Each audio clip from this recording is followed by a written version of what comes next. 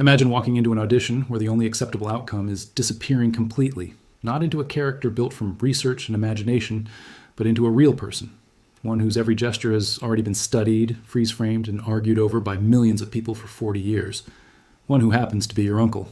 In 2023, that audition landed in front of a 27-year-old named Jafar Jackson, a member of one of the most photographed families in American entertainment history, and the son of a founding member of the Jackson 5. He had never acted before. He was being considered to play Michael Jackson, not in a tribute concert, not in a docuseries, but in a $200 million studio film that would take 7 years to reach a theater, survive a legal landmine nobody saw coming, and open bigger than any film its director had ever made. This is the real story of how that film got made.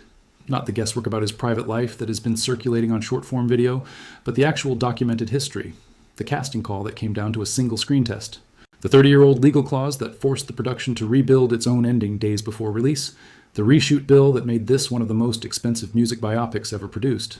And, carefully separated from all of that, the small handful of things that are genuinely known, and the much larger pile of things that are not, about the woman who has been standing next to him since he was 20 years old. Where we know something, we will tell you exactly how we know it. Where we don't, we are going to say so instead of filling the silence with a script pulled from a comment section. Let's begin. Jafar Jeremiah Jackson was born on July 25, 1996, in Los Angeles. His father is Jermaine Jackson, one of the founding members of the Jackson 5. His mother is Alejandra Genevieve Oaziaza, who has Colombian roots.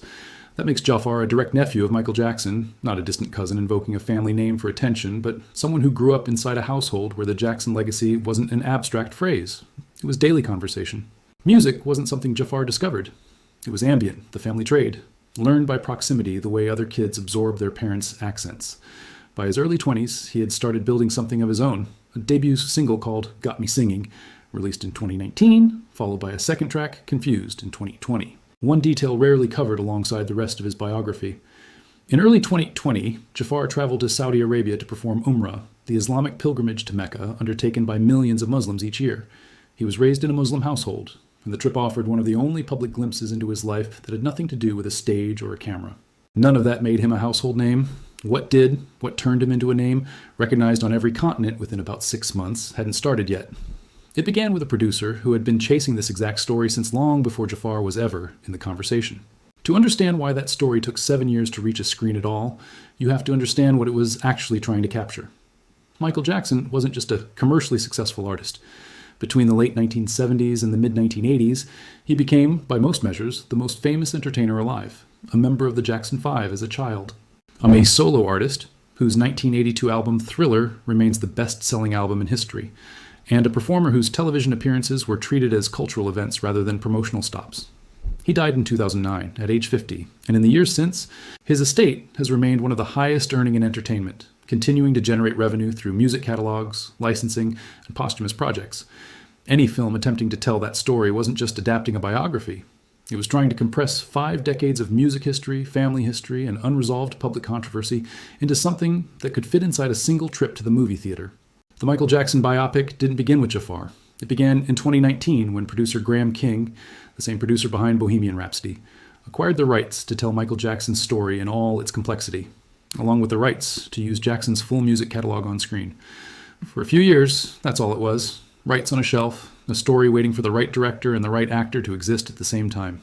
Antoine Fuqua, the director behind Training Day, Southpaw, and Emancipation, eventually came aboard.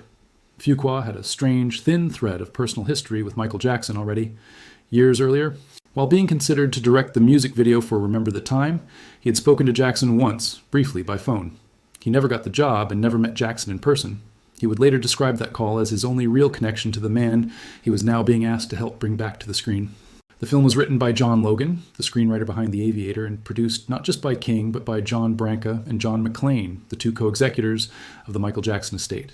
That is a detail worth sitting with. This wasn't a studio licensing a life story from a distance.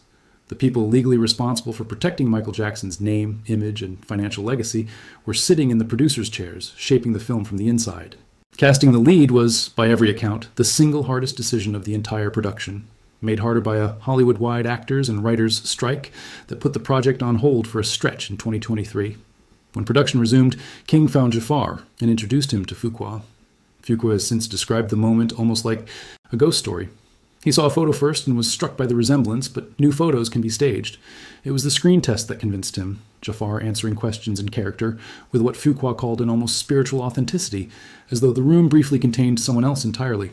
Catherine Jackson, Michael's mother and the Jackson family matriarch, gave the casting her public blessing, saying simply that Jafar embodied her son, and that it meant a great deal to see him carrying the family's performing legacy forward. Jafar signed with the talent agency CAA around the same time the casting became official. A routine industry move, but a telling one.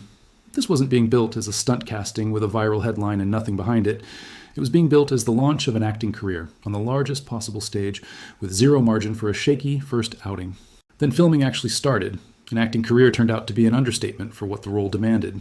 Fuqua has said he spent 2 years and 1 month actively making Michael, tracing Jackson's arc from his earliest performances, fronting the Jackson 5 through the release of Off the Wall, the Thriller era, and the night at Motown's 25th anniversary special when Jackson first performed the moonwalk on national television, widely regarded as the moment he became something bigger than a pop star. Jafar's first day on set doubled as his first day acting, period.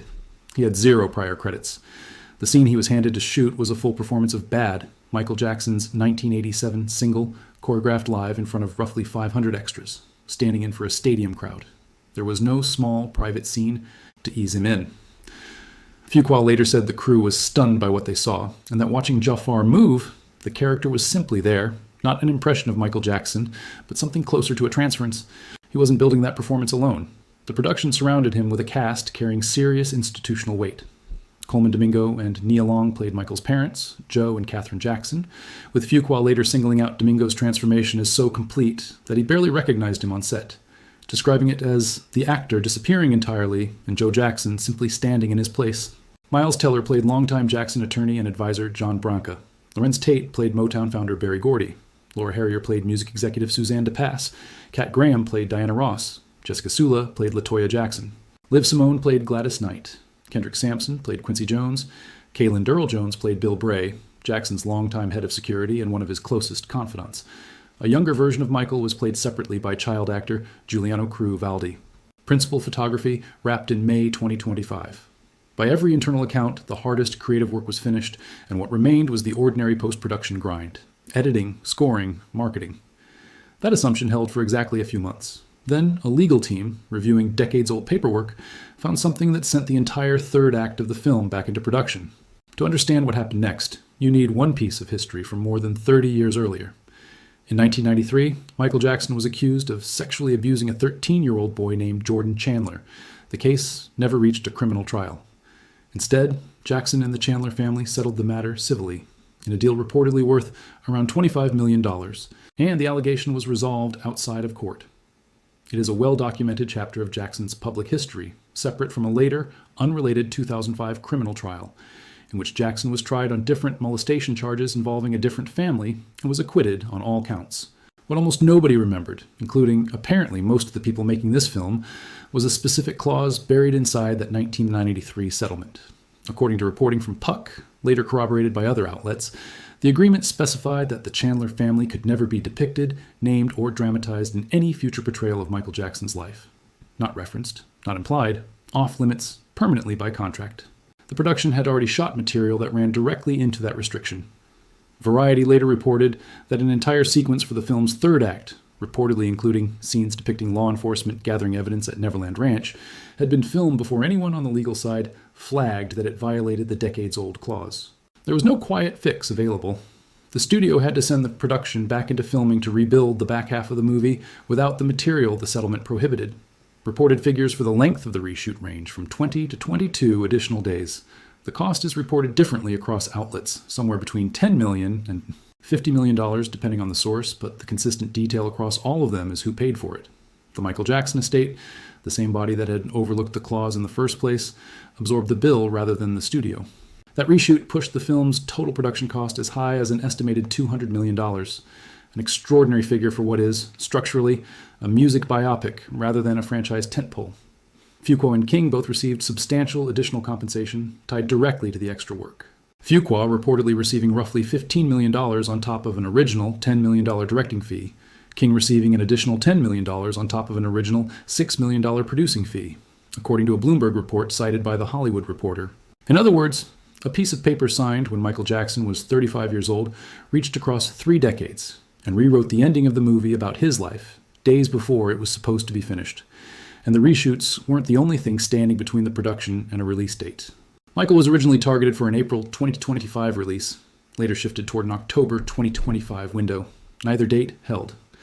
In May 2025, during a Lionsgate earnings call, CEO John Feldheimer told investors the studio had assembled roughly 3.5 hours of footage from Fuqua and King, a runtime that immediately raised the question of whether one film could actually contain it. Feldheimer said it was likely the film would move out of Lionsgate's fiscal year entirely, meaning a release sometime after April 2026. For a period, the studio seriously considered a different solution, splitting Michael into 2 separate films rather than cutting it down to a conventional runtime. Lionsgate film chief Adam Fogelson discussed the idea publicly, framing it as a genuine creative question, whether the scale of Jackson's music, life, and cultural footprint could be honestly told in a single feature at all. That plan was ultimately dropped. Instead, Fuqua was given additional time to edit the nearly 4-hour assembly down into one manageable film. In July 2025, Lionsgate confirmed the movie was vacating its October slot for good and relocating to April 2026, its 3rd and final release date. A first teaser trailer landed on November 6, 2025, introducing the cast to the public for the first time, including a brief appearance by Kendrick Sampson as Quincy Jones setting up the film's opening.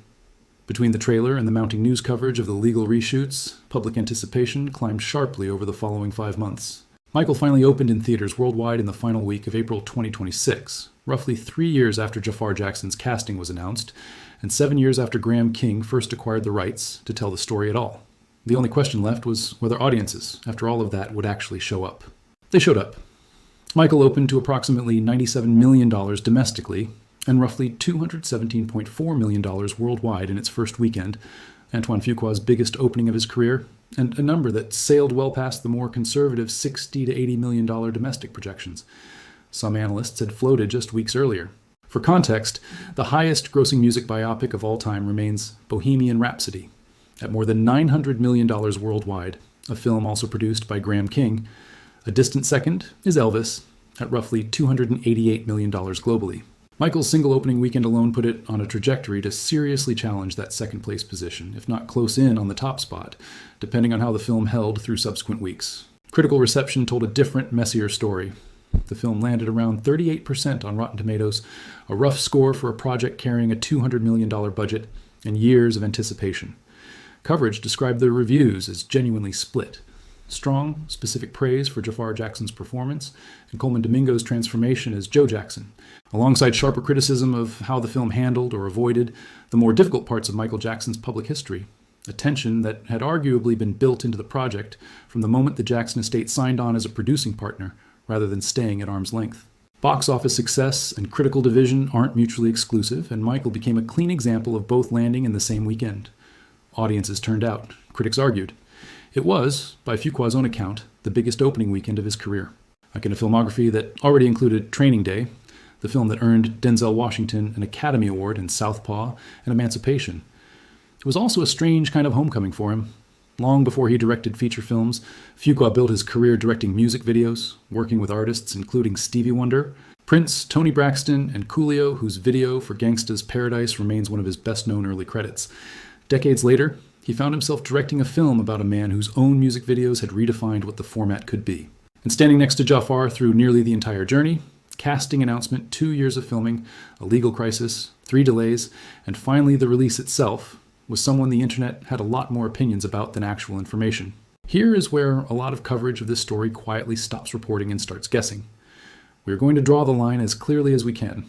What is documented? Jafar Jackson and Maddie Simpson, a Los Angeles-based singer, have been in a relationship since 2016, meaning the relationship predates his casting in Michael by roughly 7 years. Simpson released her own debut single, Love Me Loud, in 2018. In February 2025, after close to 9 years together, the couple got engaged, and the engagement was announced publicly on social media.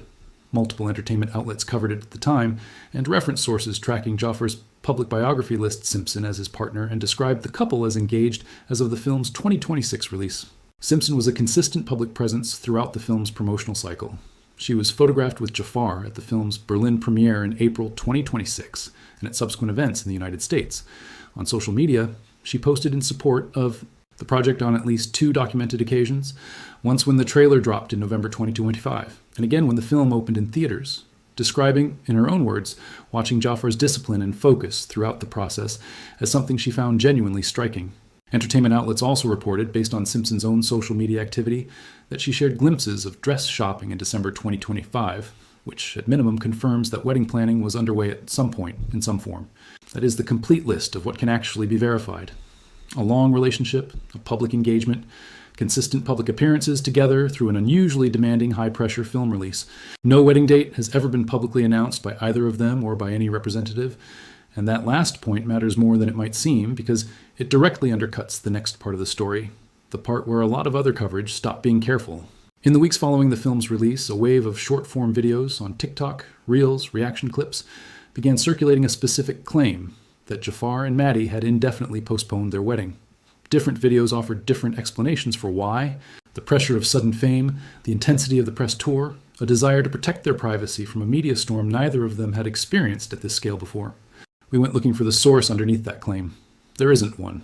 No mainstream outlet has published a statement from Jafar, from Maddie, or from any representative confirming a delay, a change of plans, or a reason for one. There's no report of a canceled venue, a returned invitation, or any single concrete event that would indicate an actual postponement took place. And critically, because no wedding date was ever publicly announced in the first place, there's no fixed point on the calendar that anything could even be measured against as postponed. What can be verified instead is this: the two of them continued appearing together publicly well into the summer of 2026, including being photographed together on a private trip to Capri in late July, still being described in coverage at that point as an engaged couple, with no reporting of any change in their relationship status. So here is the honest version of this part of the story, without the manufactured drama. Based on everything that is actually documented, the relationship appears intact. Whether a wedding is being planned quietly, delayed for entirely ordinary reasons, or simply hasn't reached a scheduling stage yet, is something only Jafar and Maddie know, and neither of them has said publicly.